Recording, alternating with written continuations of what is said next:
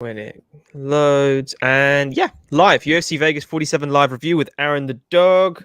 Thank you for coming on again, dude, for another Monday. Absolutely, thank you for having me. As always, ready to talk some MMA. Yeah, wasn't my best weekend, but no, it wasn't still a lot good of card. people's. It wasn't a lot of people's best weekends, but there was some absolute wicked fights on it. We'll start with the dready ones because Sure, I like yeah, to get those out of I the want way. to talk about every fight for sure. So, yeah, Yeah. lead away. Okay, well, I want to talk about just another one where it's Alexis Davis. It was. Yeah. I want to start there. A dreaded fight because it's just One get it out of of the the way. few I got right. One of the few, yeah. Yeah. It was a no-brainer, wasn't it? Really, that fight, but she did get a Oh, little tangled up. yeah. It's kind of what always happens with Alexis Davis. She finds a way to get in somewhat danger, but it never fails. I swear she might be undefeated in second rounds. I really am curious how many second rounds she's lost, but it's major plus. Like she just wins second rounds, and once again, second round Alexis Davis, and then it was somewhat close, but Stoliarenko shouldn't be here. Yeah. Davis probably should retire. Said that in your breakdown. I said, what's she doing still? Like, I mean, so it's amazing, like that she's still fighting back up at 125 with Monster, But I just think, what else are you going to do if you can't finish? Like, if she would have went in there and just like blew the doors off Stoliarenko, we're like, okay, she's older, but older women have done decently within the division so far we've seen. So I don't think that's like a death nail necessarily, and she's moved up in weight, so she's probably not cutting, but it's these decisions where she's not taking no damage decision. She took a bunch of damage, always takes a bunch of damage, and just you shouldn't be getting into spots with Stoliarenko. She's just not good. No, I will not mince words on the not good fighters this year. I don't mean to be a hater, but there's so many fighters in the UFC at this point. If I see a fighter I just feel like shouldn't be there, it's kind of frustrating because there's so many good fighters in all honesty, throughout all the. I mean, if yesterday, if you watch Fury or FAC, you saw some incredible fighters who aren't in the UFC yet. Yeah. We're keeping around Sam Alvey, who we'll get to. Oh God, we'll get to him. Oh, segue to Sam Alvey next, mate. Should we just go to? Yeah, let's just get to Sam Alvey against 7 days notice Brendan Allen. 5 days notice Brendan Allen, and at 205 Brendan Allen, who, I love Brendan Allen first and foremost. I honestly, the Brendan Allen win continues to be the win for Sean Strickland. That to me just is like, man, Sean Strickland is really that guy, and we'll get to him obviously too. I need to stop mentioning people from this card. But yeah, Sam Alvey finally is fired. He has to be.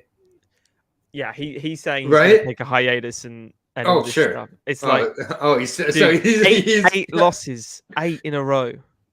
8 fucking losses. Yeah. Unheard of. It's I mean, and then he somehow has a draw in there with Daun Young. Like, go fit with how Daun Young's looked. So it's very weird. I mean, Sam Alvey, you look back at a lot of these losses, they could have been wins. I mean, the Julian Marquez fight he was doing really well in too, and I'm not a huge Julian Marquez fan, so that's fine. But I mean, and then his wins should be losses. It's really, and then his draw. I'm gonna miss having the kind of automatic look over. Yet the thing was, I was like nervous with Brendan Allen in this fight just because, it was short notice. And if any way Sam Alvey was going to sneak one by, it was on kind of an unprepared fighter. But Brendan Allen, he's a finisher. He's fought tons of really good competition. So I think taking a fight against Alvey on short notice isn't the craziest thing he could do. So, I mean, and dominated, to be honest. He dominated the first 90 seconds, I'd say. I mean, that's the thing about Brendan Allen. Like, you look at his Kyle Dawkins fight. You look at a lot of his fights. He takes a ton of damage in these fights and didn't get away with it against Sean Strickland. And I don't think he's in the discussion for a Sean Strickland fight, obviously, beating Alvey. But it keeps him like a fight or two away from if if Strickland slips up and Allen keeps going, I think they'll fight in a rematch, pretty at some point down in the future. But yeah, I mean, I'm just glad to see Sam Alvey go. Yeah, he's got to go, and I don't know which organization is going to take him. To be honest with you, if any, it screams to me like a Bellator would grab him just because he is known, and that's what they're after. I don't know. This is the problem, though, is that he's feeding in it. You could feed him to some 205ers. Except he could win against some of those 205ers. I think the only place that's going to take him is PFL, where PFL really cares. Like, just about if you win, fine, but most likely if you're just eking by decisions, we're not going to have to deal with you in the high stakes fights at the end. So if he does kind of upset like a Sordy and like a Kamosi by decision, a split decision type of thing, which I think Kamosi would eat him alive. By the way, PFL Kamosi is like the best thing in 2022. Watch out.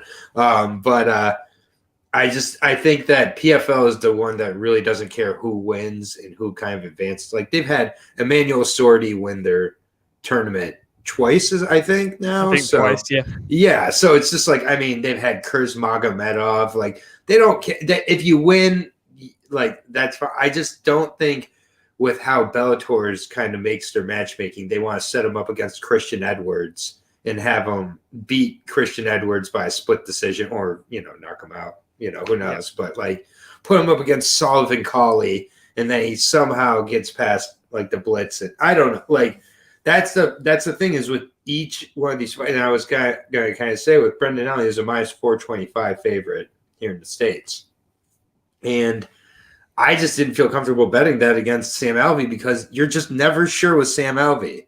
Like, he's always keeping these fights closer than he should somehow. And yet he loses so many of these fights, but he loses them really close. That's why he kind of stayed around. I don't know. I spent too much time ranting, but no. You got to talk about him. Yeah, there's no way they keep him now. He's definitely gone.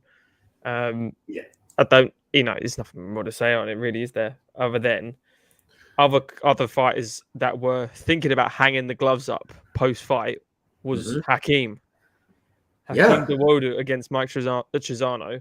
I obviously went for Hakeem in this. You went for... I went Trizano, which he kind of got absolutely dominated for 2 rounds. Yeah, it was bad. I didn't think it'd be that kind of performance from Dawodu. He looked great. And he said afterwards it's the first time he's not been injured for a long time, which is great. But he said if he lost the fight, he would have retired. He said he was not about just taking losses. It's mad to me. Yeah, I honestly really... that's pretty emotional kind of talk. I don't know how true it is, but I also kind of like hearing that out of someone like Hakeem because it did produce I think a much better performance. But I will say the Trizano I envisioned taking on Hakeem in that fight was the one who went for the takedown in the second round, and he was successful on that takedown, and that's where I'm a little bit confused with what Trizano was doing. I was expecting Trizano to look a little bigger for the fight too. He looked slimmer than he's ever looked. So he's looking like he's kind of going the decision kickboxing route now, where I was expecting more of kind of, I don't want to say like mauling, but more of a grapple heavy performance, which when he did go to grappling against Hakeem, he had success. Hakeem is very, very good. He's very technically sound. And I'm just not sure if the whole full game is there to become a top 10, top 5 type of talent, but he's hovering in that beat anybody in 15 to 20 range, which is, great. I mean, but I don't know if he wants to do that. It seems like, I don't know if he's willing to do the lose a couple, win a couple for a few years till maybe you do the Charles. I just don't see that ascent to the top with a few bumps. I see a couple more bumps for Hakeem before he becomes fully rounded. And he's not super young, is he? He's like 28. I don't actually know that. I don't think he's very he's 28 sounds about right. Yeah, so he's definitely not at a point where it's super early and young in his career, but yeah, I think that he fought really well. I was disappointed in how Trizano fought. He's 30. 30. Yeah. So, I mean, it does make sense why I lost here. He's starting to really think about it. He's becoming, we have a lot of these guys who are called prospects for so long, and then all of a sudden they're 32, 33, 34. Phil Hawes has this syndrome. A few other guys have had this syndrome along the way. Bevan Lewis back in the day. Not always like great fighters. Yeah, he was a prospect for so long, Bevan Lewis. But yeah, I mean, it's interesting to see. I mean, where do you kind of see Hakeem getting lined up after this fight, though? I don't know. I think the 10 to 15 range it has to be. Okay, so you can't push him into a top 10. I don't know who's in there currently. Yeah, it's kind of yeah. I mean, it's like someone better than Trezano. I mean, it's like he's not at the Burgos level yet. Is Barboza have a fight lined up at this point? Barboza's going to be fighting Bryce Mitchell in a few weeks. Okay, so yeah, he's like, and I think he's like kind of a step behind the Barboza Mitchells. So yeah, I think So you've got Sadiq Youssef who's fighting Evloev, Shane Burgos. Well, Shane Burgos is ranked 14, and Alex Caceres, who's got a fight lined up, is ranked 15. So I think Burgos is probably actually around the right mark. Interesting. So other than someone that doesn't have a fight, maybe Dan Ige. I personally think if it were Burgos versus Hakeem, I'd heavily favor Burgos in that spot. 100%. So but he did have a good performance against a guy who fought a terrible game plan. That's just I don't mean to take away from Hakeem here, but I feel Trezano had a terrible game plan when he went to the takedown. Now that might be a credit to Hakeem. It's really hard to take him down. It's a lot of work to do that. Easier for me to say from my couch that he should have done more of that. I acknowledge all of that. That being said, it worked when he went to it, and he looked like he was in great shape, Trezano. So the one thing I would say, I reckon it burned him out getting the takedown. Yeah, I really do. Yeah, so I mean, that was a little bit disappointing for me because there were a lot of dogs that hit on this card. So to miss on that, first fight of the night, we're going all over the place, but we'll just get that out of the way real quick. Malcolm Gordon and Denise Bondar. Yeah, I told you this was one of the easiest picks I had. Yeah, on your breakdown, and I got it fucking wrong. Yeah, and I think maybe I'm having revisionist history. I swear I was like, I'm not so sure. I'm a little. I swayed you. Yeah. You swayed me pretty heavily. I don't mean to be one of the people from my comments section, but yeah, I was like, I'm not so sure about it. But after talking to you, and this is a European prospect, but this is the thing: Bondar had been out of multiple fights with injuries, and when out of multiple fights with injuries and still being judged on before the injuries that potential with the odds where they were, he was a 3-1 favorite here, minus 310 favorite. That's crazy against a guy going into his fourth fight in the UFC who made the mistakes in front of everybody in those first two, then got a win in his last fight. Yeah. So I mean, it was a freak injury though, but Bondar is injury prone. So the injuries have to be laid into the fact that we're going with two fighters going at their all at each other. That seems like very likely time to be injured. They're getting injured when they're training at 70% or whatever they're training at. When they're both going 100% and desperate, don't you think maybe it's like you're going to put more attention or whatever? So it's got to be like included in injury prone, hasn't fought, fighting a guy with experience here. And I mean, Gordon got fortunate to get the win, but he didn't look out of his wits at all in there before the injury. He looked like he was taking over quickly, honestly. He looks like he's getting more comfortable with each fight. I think that's a good point as well. The next fight is going to be the real test for Gordon because he'll be on his fifth fight in the UFC. If they give him someone like Adeshev, for example, Zaruk Adeshev, he is going – I would like him in that matchup at this point. Which is crazy. That's a good matchup. But with Bondar, who had so much promise, injury prone, he had the 3 cancelled bouts, and it's never been I told you on yours, it's not been a problem so far since pre-COVID. This is the first major one. And it's going to make me change my mind on some picks, I think, in the future because it was a freak injury at the end of the day, so it shouldn't. completely, but it is something to consider, especially when they're minus 300. That's minus 300. Why was the betting so crazy? Yeah. I mean, you type in a Bondar highlight tape and you're seeing and a lot of finishes on the record. Yeah. I mean, So it was an interesting way and an ominous way to start out the night, because that was one where just in general with lower level women's female MMA, women's MMA, and with lower level, particularly bantam and flyweight fights, when the odds are over plus 200 for a dog and it's kind of that like they shouldn't be, I just bet the dog on instinct. So it's not like I was going that heavily onto Gordon, but I still, even though it was a freak injury, I think Gordon is looking more comfortable with each fight in there. So it's going to be really interesting. Yeah. Talking about crazy stuff for this card, let's talk about the second fastest debut ever with Chidi. Yes. Because I know this is a painful one for you. You went the other way. For actually a really good reason, because whenever Mark is in a fight, you can hit him with a kitchen sink and he's still in your face, and it tests your will in all these fights. So he gave him no choice. He hit him with 2 kitchen sinks in the first. Right, exactly. Yeah, the kitchen sink, the pots, the pans, everything. I'll say it took him 28 fights to get into the UFC. They were saying that reach, that size at that weight class, and the speed and the lack of time he has now in the UFC, he will be a major issue, and he will not be an underdog in the next fight. Yeah, and it's just, I did say first round knockout for Chidi or a decision for Barrio. You did.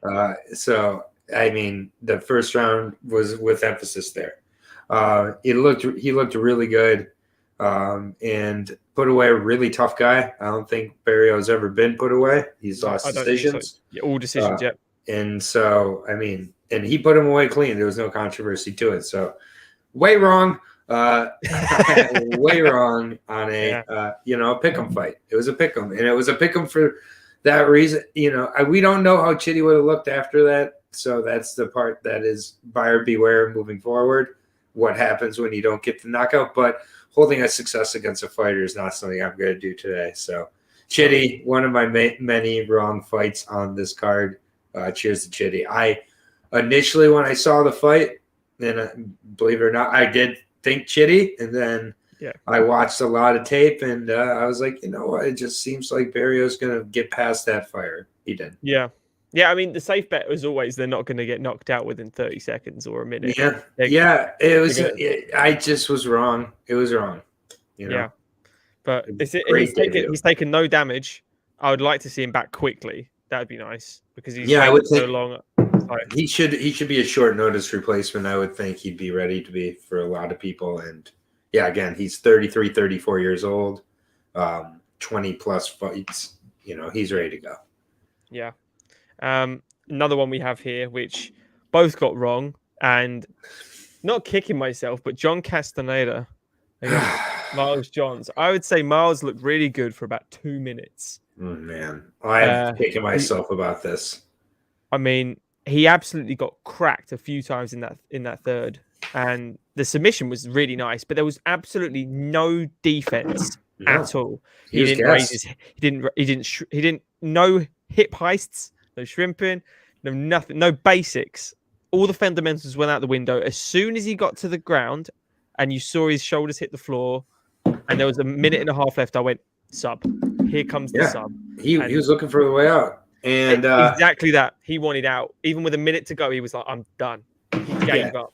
Yeah. And I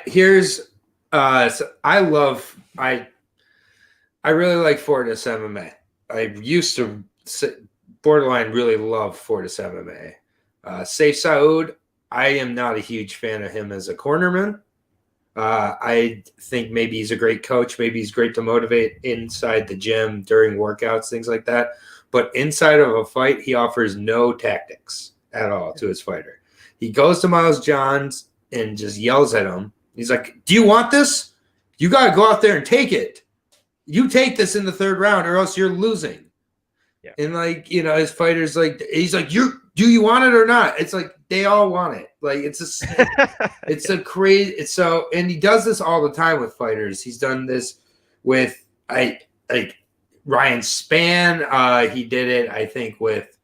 I mean, he's just done it with quite a few fighters, and so it was like that was pretty frustrating to see in the corner. Also, it's just one of the things I was concerned with Miles Johns was what I mean. It came up in his loss to Batista, started gassing against Mario Batista, the first guy to really push him, and then it's like you look in the wins are Richie Santiago, Cole Smith, and then after the loss, Kevin Natividad and Anderson Dos Santos in the third round. It's like those are guys that you can coast for a couple rounds, and then is the gas there or not? No, it's not there still against someone who's really going to push you. John Castaneda looked really good, honestly. He looks so confident in there. He looks so composed. I think, like with him being 30 himself, like it's again, he's focused. He's in the lower weight class. He knows now's the time.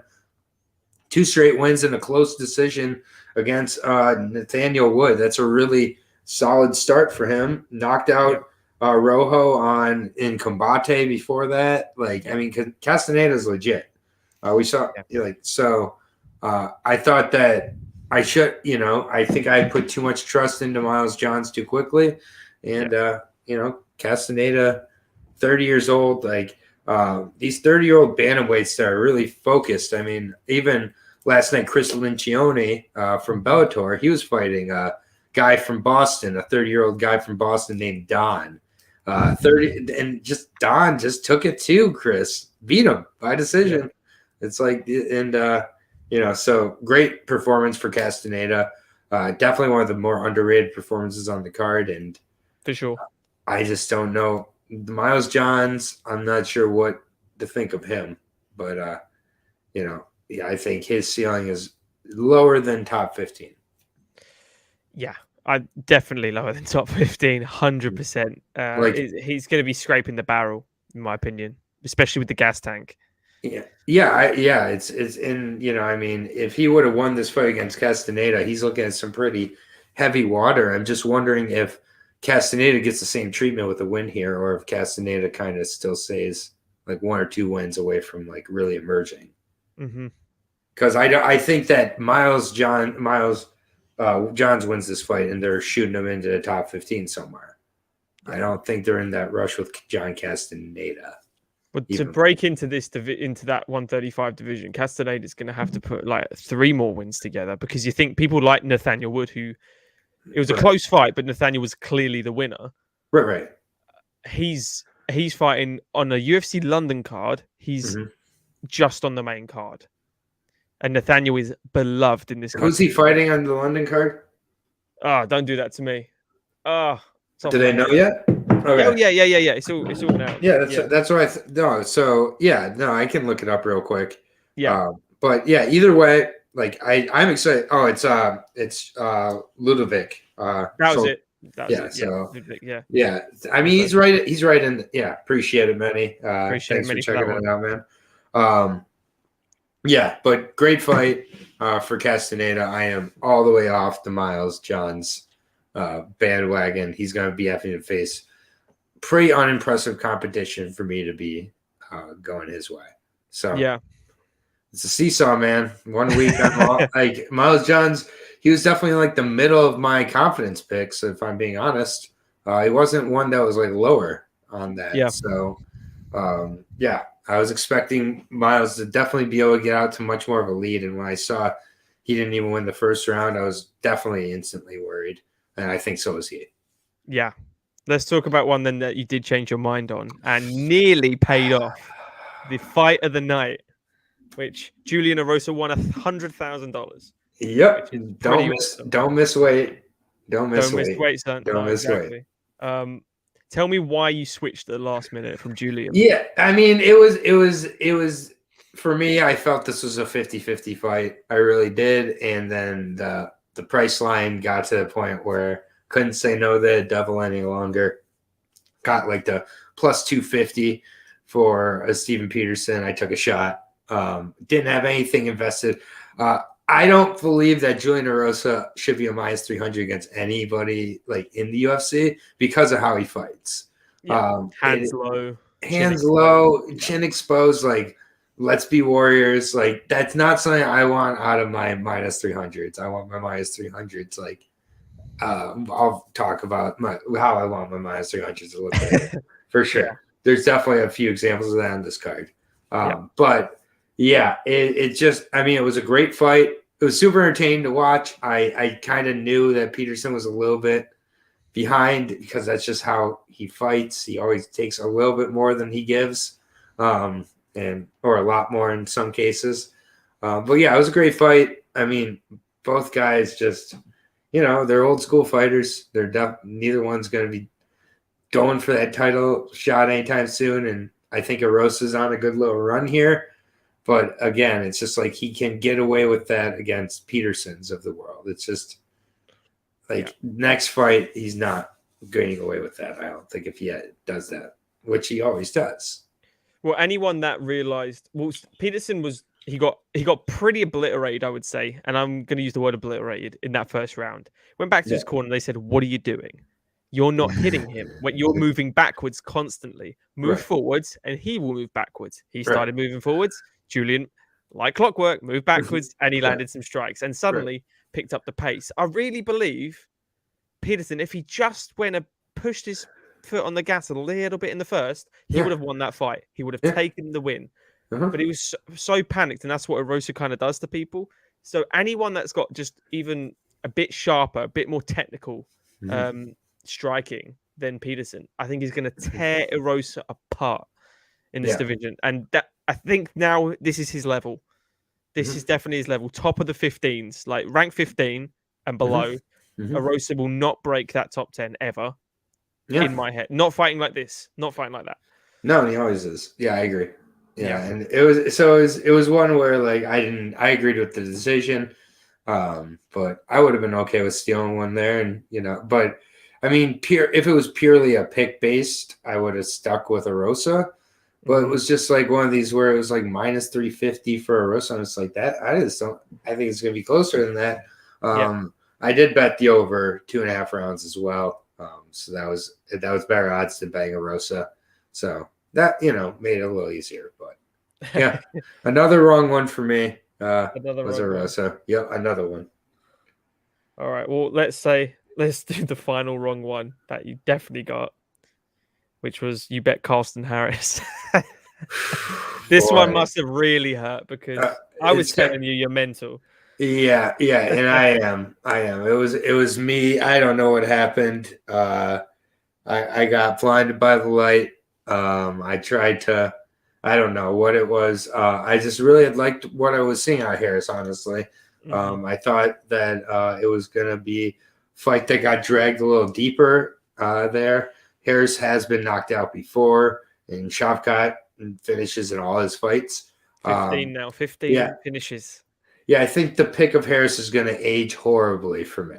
I think that looking back on that in 1 or 2 fights from now, because now all of a sudden, I'll be honest, you're the matchup guy here. I know you make the feature matchup picks. I just break down the ones already in front of me and do recaps. But I'll be honest, I think about this guy all the time, and it's Kazmat. I want to see Shavkat and Kazmat at some point in the future. I need to see that fight. Kazmat to me is the best fighter in the world right now. And it's just a matter of time till he proves that through his fights, but I think there's no better fighter right now than Kazmat Chimaev in the world. So, and I think Shavkat could really give him a run eventually. And it's like, how do you go from picking Carlston Harris to all of a sudden thinking Shavkat can like be one of the few guys to maybe, for me, one of the few guys who can be with Kazmat Chimaev. But Shavkat's got it all, man. And that power is so legit, and it's just like, he doesn't even throw fast. He just throws hard. It's really it's the timing of it, isn't it? Yeah. He absolutely put Harris to sleep twice. Like, and it was just Harris has been knocked out once before, but still, I mean. And the thing is, when he did the hook kick with the spinning hook kick, he didn't knock Harris out. Harris, he had his both hands, elbow, like everything pinned to the floor. He was ready to bounce straight back up. But the precision of that ground strike, just to no choice. Yeah. His brain was like, I'm out. Yeah. Like, I'm gonna save you here. I'm switching off. See you later. He reminds me a lot of Gegard Mousasi. Honestly, like just that slow, methodical. What is he bad at? I mean, finisher. Like, and just blank face as well. Just I mean, Mousasi. There is a not too distant parallel universe where Mousasi's undefeated, like completely undefeated. I'm not joking. Like 34-0 Mousasi is somewhere because like I still think he's one of the best fighters in the world to this day. Like. You'll hate my pick for Dublin. Yeah, pound for pound, I think and maybe that time's running out. But either way, Shavkat, I was so wrong. Man, some of these, I mean, I picked Barrio and I picked Harris. Those are not two that you wanted to pick on this card. You found out very emphatically. I think Shavkat is definitely one of those, the future of the division. Like I think him, Chimaev, Leon Edwards, like Covington, I think still is a factor. I don't think Masvidal matters. He hasn't for a while now. Usman, I think he's seeing the writing on the wall. He's going to be out of this division soon. He's just going to rest on that. I cleaned out the division already, and I'm not going to talk about the new people because that's smart. And then Burns also, he's going to be disposed of by Chimaev. Chimaev fanboy here. Yeah. Well, we'll talk about a prediction that didn't age well. I had Gerald Meerschaert. See, Harris is going to be up there. I still would like to see them both grapple because Gerald grappling is just after watching Hermanson wrestle with Chimaev, I'm good. Yeah, but Hermanson wouldn't be able to out grapple. Out wrestle Gerald. Right. Yeah, easy. Right. He's not a wrestler. He's a jiu-jitsu practitioner. It's like you can out wrestle Paul Craig. You ain't fucking trapping him in a submission, mate. You ain't not getting him. The way to beat him is knocking him out. So but I'm excited. A lot of these guys did not take a lot of damage. I'm hoping they can come back relatively quickly. Yeah. There's a card every weekend, so you'd think pretty the UFC much would be welcoming a lot of these guys back quickly. Another one that I want to talk about real quick is one I got right. Halton Almeida, or Jalton Almeida, whatever you want to say. How to pronounce it? Almeida, It is Almeida, and he looked tremendous. He was a 4-1 favorite and showed every bit of it. That's what a 4-1 favorite's supposed to look like. Not what Rosa looked like against Peterson. What he looked like against Danilo Marquez. I told you I didn't really respect Danilo Marquez that much, but he is like crafty and he sticks around and he's tough and makes guys look worse than they are. Almeida just was having none of it. Completely composed before the fight, during the fight. I believe that he is a possible top 5 type of talent, honestly. I think he has every bit of the tools. His grappling and wrestling is crazy good. I do think the stand-up is getting there. Curious about the defense, curious about the chin, curious about the gas tank still. That's the main thing for me with someone that size. And how hard he goes, too. He doesn't conserve it. When it doesn't work, how is it going to look in the second, third round? Once your hands are on your hips, what am I going to see? Yeah. Those are the things I'm worried about as well. But I really think the sky's the limit for him. I think he's really good. 30 years old, waited to get into UFC a little bit. But, I want to see him back in very quickly. And I think he could be a very highly ranked contender eventually. Yeah. No, I agree. Just there's a couple tests you kind of want to see with him first, don't you? So, but all the potential. 205, you rise quickly. Yeah, you do. Yeah. 205, you rise quickly. I mean, he'll be in a Volkan Ozdemir type of situation before you know it. And then, it's just like after that, it's like you can only. Then it will be against Dom Reyes. Exactly. People Yeah. And it's just like, I'm not ready to say, oh, yes, he wins these fights yet. But I think in that division, a guy like him is very exciting, for sure.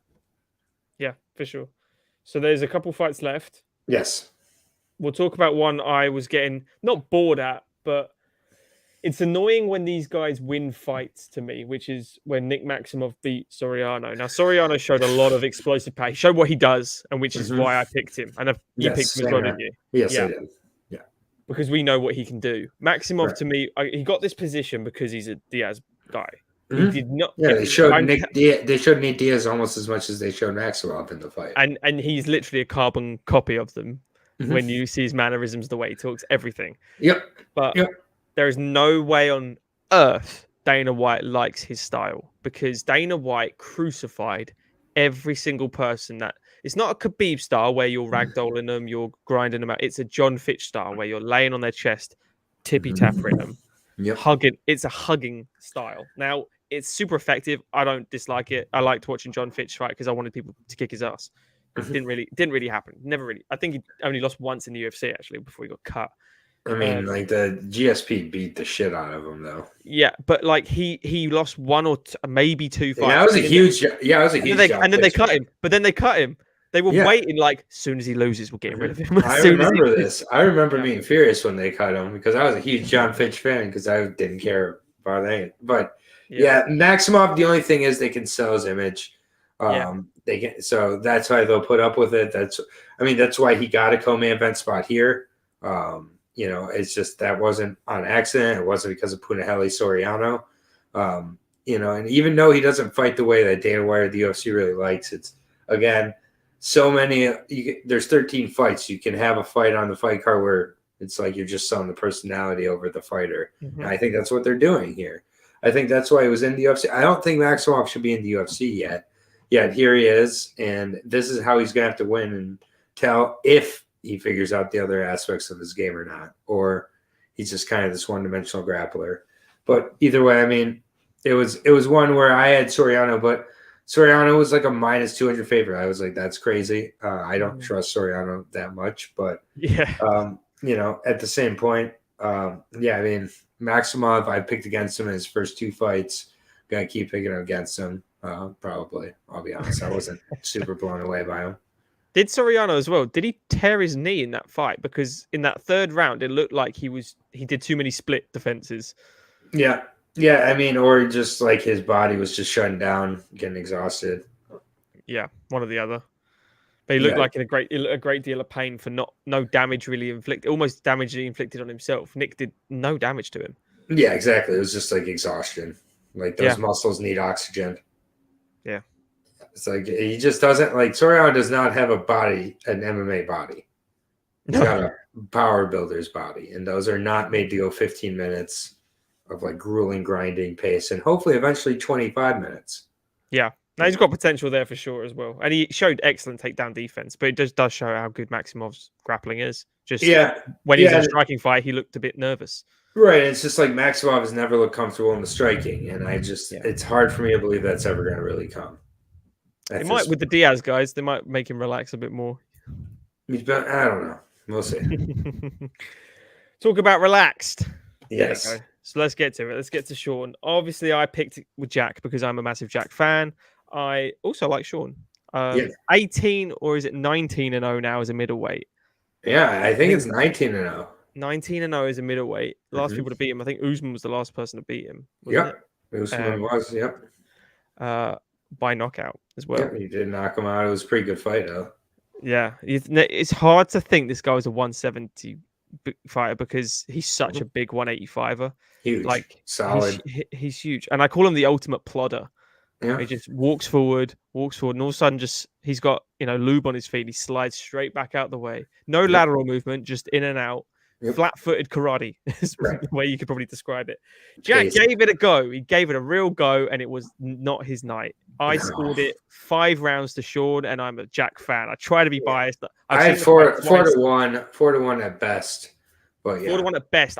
Yeah. You could maybe score the second round to Jack, and then Yeah. I was like, oh, the knockdown. No, never mind. Yeah. So I mean, it was a good performance from Sean. Again, Sean decision was seemed like a pretty obvious bet now in retrospect from his side. But I mean, he did what Sean does. I'm interested to see him with the top of the division now, and how he does against that. I think that Hermanson is about as good as it's going to get for Sean. I do think next fight is going to be quite a bit different for him. But I mean, he gets into kind of that pace and groove and rhythm, and especially in the apex, he even kind of mentioned it. It was like almost like he got into like a sparring zone.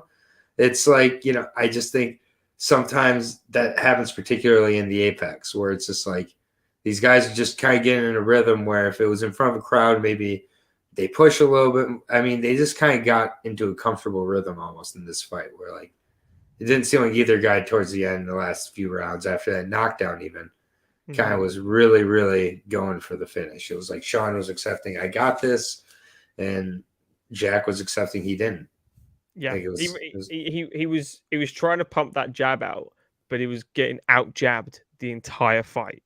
Yeah, why would your plan be to out jab Sean Strickland? I know it's like mental. That's not. Yeah, it's not a good approach. That's how he won the fight, and he did take some damage as well. Like Jack did land some good clean hooks, but it was one hook would sneak through after 5 blocked punches. So what I really like about Sean, and I think a lot of people are mentioning his defense, but it's how hidden it is. It looks crap. He looks like he's not defending, and you're just hitting arms, you're just hitting elbows, you're hitting he's shoulder rolling everything beautifully. Yeah. But because he's flat-footed and his hands are kind of just bobbing around his chest, he looks like he's just come out of pub. Yeah, he's just like the level 2 of like, Punch Out or something. Yeah, like his record is phenomenal. The wins on his record are good. That's as far as I'm going to say. Because the question I've been asked, I did put a thing out on my Instagram. I've asked some questions and we've got a few. Steve from MMA Minute asked, does he leapfrog anyone to a title shot, e.g. Derek Brunson or Jared Cannonier with that win? No way. Because both those guys I think would eat him alive. God, I can't wait for that fight. That fight is going to be incredible this weekend. The Derek Brunson run, I've been on the right side of Derek Brunson for the last few fights, so I've been loving it because he's been an underdog in these fights. Yeah. Edvin Shabazian, some other ones. So Till. Till. That was mental to me. Obviously, yeah, that was so easy. I hope Till comes back very soon so I can make an easy bet again. Make some memes though first, Till, so I can get a nice price on you at the ticket window. But yeah, not gotta stay focused here. Sean Strickland, neither one of those guys he beats. I mean, like who are we looking at next for Sean Strickland? It's the loser of that fight, in my opinion. Basically, that's the loser of that fight. So, yeah, I mean, I do think that Sean Strickland has a much better chance against Derek Brunson. I will say that compared to Cannonier. Because he's got good takedown defense, you mean? Good takedown defense and a really good gas tank, which are two things that I think could really hurt Derek Brunson in that fight. But yeah, I mean, maybe Strickland is in that kind of discussion, honestly. Maybe he doesn't leapfrog those guys, though, to answer Steve's question. No. I disagree. I think he's got a better chance against Jared because Jared doesn't move. Jared stays stationary and throws power shots and power hooks, power kicks. Everything is from a very heavy base. Yeah. Which is why Gaston did do all right with the calf kicks when he actually landed them, because he leans so heavy on that front leg. If you strip that away, it disables his right hand, it disables his lead left, which he loves as well as the lead left hook, and he loves a lead left body shot as well. Which all of those are completely solely powered through that lead leg, and no one seems to be stripping that away from him.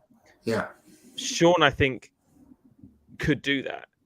In that style. So doesn't this discussion kind of lead us to believe maybe he is more in that mix than we?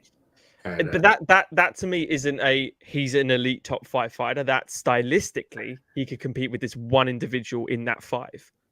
Yeah, but I mean, that's the way I looked. That's yeah. how I looked at Till. Till was stylistically competitive with Whitaker, but competitive with Izzy, not a chance. Competitive with Brunson, not a chance. Competitive with the power of Cannonier, not a chance. He's not a top 5 guy, but stylistically can compete with what Till versus Strickland will be interesting. Striker v striker, that would actually be interesting. I would watch that, and I think both guys would be willing to do it. Yeah, I see, but I don't see that's a backward step for Sean at this stage. He's on the up, Till's on the. Sean doesn't care, and the UFC doesn't want, and the UFC's not in the Sean Strickland business still. As much as he said it stuck that day.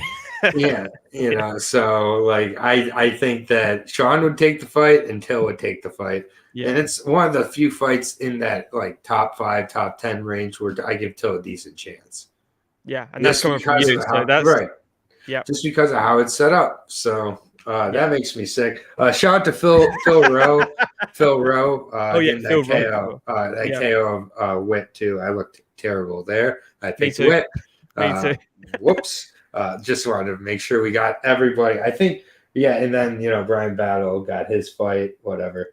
One thing I want to put on record for Brian, because we can skim it, obviously, for unknown reasons.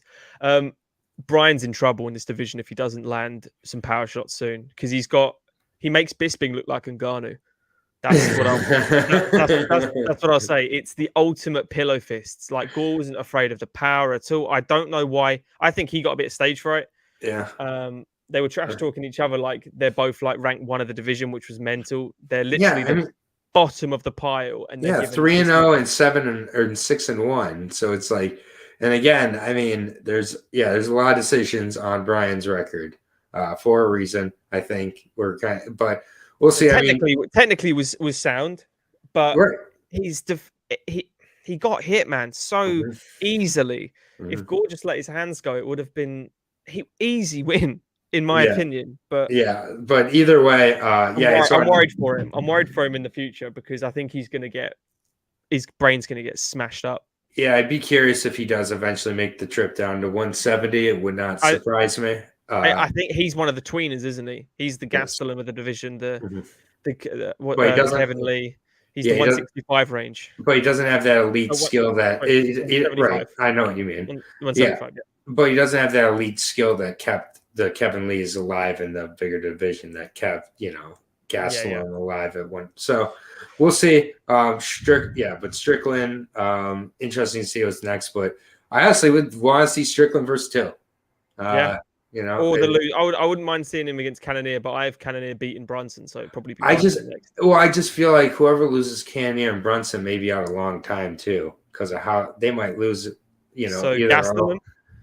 Ian Heinisch. Who else is not Ian Heinisch, definitely not. Gastelum I wouldn't be interested in. Yeah, it's gotta be the loser of that or Darren Till for Sean Strickland. But yeah, I mean it was a good card top to bottom. I think we're gonna look at this card in a year or two and be like, man, Shavkat was on this, man, Almeida was on this. Wow. There's some real talent on this. Stoliarenko was in the UFC still. Wow. Yeah, just all sorts of amazing. Denise Bondar is going to be making his run finally when he gets healthy, and we're going to see this legend that we were promised just got delayed a little longer. Who knows? I'm going to try not to have it affect my next Bondar pick whenever it is, because now I'm going to just pick whoever he goes against, just implicitly. But it's going to be like Ryan Benoit, so I'm going to be like, all right, let's think this through. Yeah, man. But it's great. It's a good card. Yeah, it's 270. 271? Is that the weekend we're 271. Yeah, 271. Your channel. What day are you doing it? Wednesday. We're doing it on Wednesday. That is the plan at this point. I also have an LFA going out most likely tomorrow. So LFA has been going great as well. But yeah, we're doing 271. Most likely it's going to be you, me, and Bunny, but we'll figure it out as we go with the week. But yeah, it's we got the 2 middleweight matchups. We got a heavyweight slugfest that doesn't require a lot of technical breaking down, but I'm interested to kind of hear your siding with that one and everything. But yeah, it should be a good one. And yeah, that's on Wednesday. Aaron the Dog MMA on YouTube. We keep on going. All the breakdowns over there. Yes, man. And your LFA ones are like that's what I do. I use you for LFA, obviously. Hey, So a lot of people are using me for LFA. The king of LFA it, man. ones are by far the most successful ones. Yeah. Had a up and down week last week, but we did get a big underdog in John Streaker at plus 250. He won his fight. And then Dan Arguda, he looked great. Also, so yeah, I love the LFA though. If you're not watching the LFA, it's a great head start on getting to a ton of guys who are going to be in the next stage. So appreciate you having me on. These are always fun, even on the cards that are a little frustrating from a picks perspective. Like I always find the silver lining when I get picks wrong. It just lets me know kind of how amazing the sport is. It's the chess of sports in a way where you're never going to master it. You just kind of figure it out as you go. So it's like it's pretty great. Yeah. And tomorrow, guys, we do have, hopefully anyway, as long as everything goes smooth, Owen Oxley from Full Reptile, the director of Full Reptile, on the channel. We're going to just chinwag about probably Lego and all sorts like that. Just nerd stuff, obviously, and 271. So, cool. Thank you for coming on, dude. And we'll see you guys later. Yeah. See you soon.